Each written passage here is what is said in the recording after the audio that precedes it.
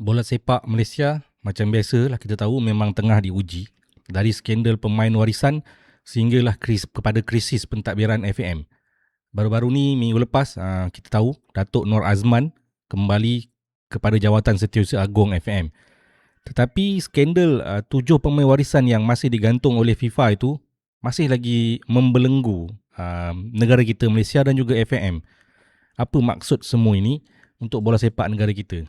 Assalamualaikum warahmatullahi wabarakatuh kepada semua. So kembali lagi bersama dengan aku Zonan dalam channel The Blue Podcast. Dan seperti biasa ini adalah update berkenaan dengan isu pemain warisan dan juga situasi FAM lah. Pada 7 Januari 2026 iaitu pada minggu lepas, Jawatan Kuasa Tata Tertib FAM dah memutuskan bahawa penggantungan Datuk Nor Azman Haji Rahman iaitu Setiausaha Agong yang sebelum ini digantung telah pun berakhir. Dan beliau secara automatiknya telah kembali menggalas tugas sebagai Setiausaha Agong FAM dengan secara serta-merta. Maksudnya terus kembali dan terus menjalankan tugaslah sebagai Setiausaha Agong. Pada iaitu sebelum ini, iaitu pada 22 Disember 2025, Jawatan Kuasa Eksekutif FAM telah membuat keputusan untuk meneruskan penggantungan beliau yang telah digantung sejak daripada 17 Oktober 2025. Selepas laporan daripada Jawatan Kuasa Siasatan Bebas iaitu IIC lah, dan korang tahulah aku ada konten aku berkenaan dengan IIC ni. Datuk Dr. Baljit Singh Sidhu iaitu pengerusi Jawatan Kuasa Tata Tertib FAM memutuskan pengembalian Datuk Nor Azman berdasarkan dua perkara. Yang pertama adalah tempoh pengentungan telah pun dijalankan, dan kedua, laporan IIC bertarikh pada 15 Disember 2025 itulah. Kesimpulannya dekat sini, Datuk Nor Azman hanya terkait ataupun hanya terlibat dengan kecuaian pentadbiran, tidak bersalah dan tidak terlibat dalam pemalsuan dokumen pemain warisan. Ini bermakna badan pentadbiran FAM kembali penuh lah, maksudnya melainkan daripada jawatan presiden lah, dan daripada segi jawatan kuasa Setiausaha Agong lah. Tapi ada banyak lagi isu lain yang masih lagi belum selesai sebenarnya. Okey, update lah sikit berkenaan dengan skandal pemain warisan ini. Kita tahu skandal yang melibatkan 7 pemain warisan Malaysia yang didapati oleh FIFA mengenai dokumen palsu berkaitan dengan kelayakan pemain. FIFA telah mengenakan penggantungan selama 12 bulan ke atas pemain-pemain ini. Dan laporan terbaru daripada wartawan Astro Arena iaitu Fadirul Syuhaimi menyatakan bahawa tiada sebarang peletakan jawatan Exco FAM buat masa ini. Dan pada minggu lepas ada satu mesyuarat tergempar lah sedang menilai sama ada peletakan jawatan Exco secara beramai-ramai adalah cara terbaik untuk menyelesaikan kekusutan yang berlaku. Dan di sini FAM menegaskan kesediaan mereka untuk yang pertama adalah untuk menuruti nasihat FIFA dan AFC. Ada dalam aku punya sebelum ni punya konten apakah saranan daripada FIFA dan juga AFC tersebut. Dan yang kedua adalah untuk memastikan FAM tidak digantung oleh badan induk antarabangsa iaitu FIFA.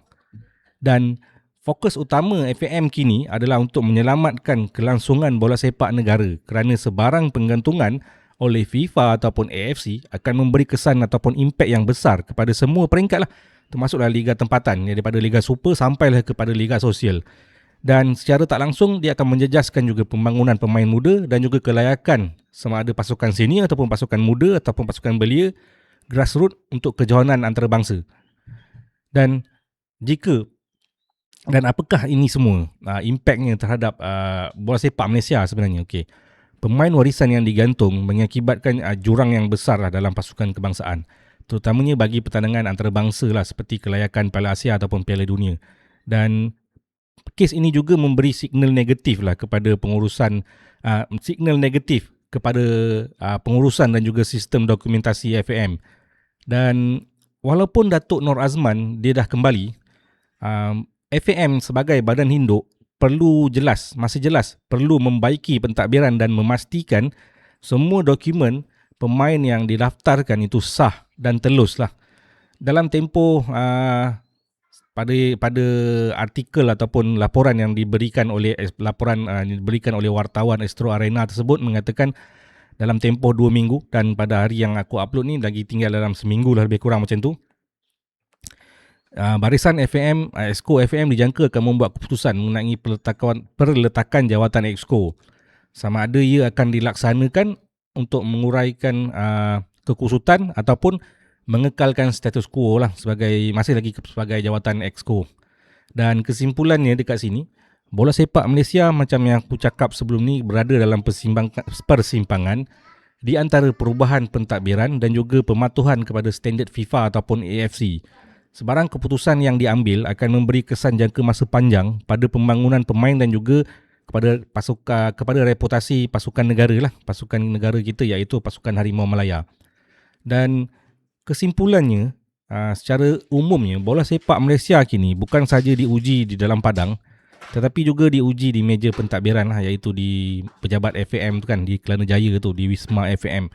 Kita sebenarnya kena pantau keputusan FAM dalam masa seminggu lebih kurang lagi yang akan datang ini. Adakah ia akan membawa ke arah pembaharuan dan memberi sinar yang baru ataupun masih lagi terus kekal dalam kegelapan iaitu berada dalam pentadbiran yang masih sama. So jangan lupa untuk follow The Blue Podcast Malaysia untuk analisis lanjut isu-isu bola sepak Malaysia yang seumpama inilah. Jadi itulah saja konten aku untuk kali ini. Dan kepada korang yang masih lagi belum subscribe, aku harap korang bolehlah subscribe kepada channel aku. Dan aku target untuk mendapatkan 3,000 subscribers menjelang bulan April tahun 2026 inilah. Dan itu saja daripada aku Zonan di The Blue Podcast Malaysia. Assalamualaikum warahmatullahi wabarakatuh.